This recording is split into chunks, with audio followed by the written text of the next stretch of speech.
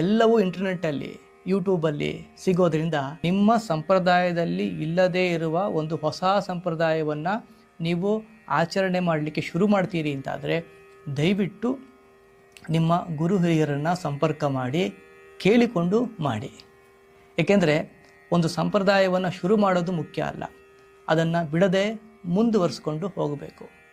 ಕೆಲವು ಆಚರಣೆಗಳು ಯಾವ ಥರ ಅಂದರೆ, ನೀವು ಮಾಡಿದರೆ ಪುಣ್ಯ, ಮಾಡದೆ ಹೋದರೆ ಪಾಪ ಅಂತೂ ಇಲ್ಲ. ಕೆಲವು ಒಮ್ಮೆ ಶುರು ಮಾಡಿದರೆ 3 ವರ್ಷ ಮಾಡಬೇಕು, 6 ವರ್ಷ ಮಾಡಬೇಕು, 10 ವರ್ಷ ಮಾಡಬೇಕು, ಹೀಗೆ ವ್ರತ ನಿಯಮಗಳಿದೆ. ಇವತ್ತು ಸೋಷಿಯಲ್ ಮೀಡಿಯಾದಲ್ಲಿ ಫೋಟೋಗಳನ್ನು ಹಂಚಿಕೊಳ್ಳೋದಕ್ಕಾಗಿ ಹೊಸ ಸಂಪ್ರದಾಯವನ್ನು ನಿಮಗೆ ಗುತ್ತು ಗುರಿ ಇಲ್ಲದೆ ಶುರು ಮಾಡೋದು ಉಚಿತವಲ್ಲ ಎಂಬುದು ನನ್ನ ಅಭಿಪ್ರಾಯ. ಆದ್ದರಿಂದ ನಿಮ್ಮ ಸಂಪ್ರದಾಯ ಏನಿದೆ ಅದನ್ನು ಚಾಚೂ ತಪ್ಪದೆ ಮಾಡಿ.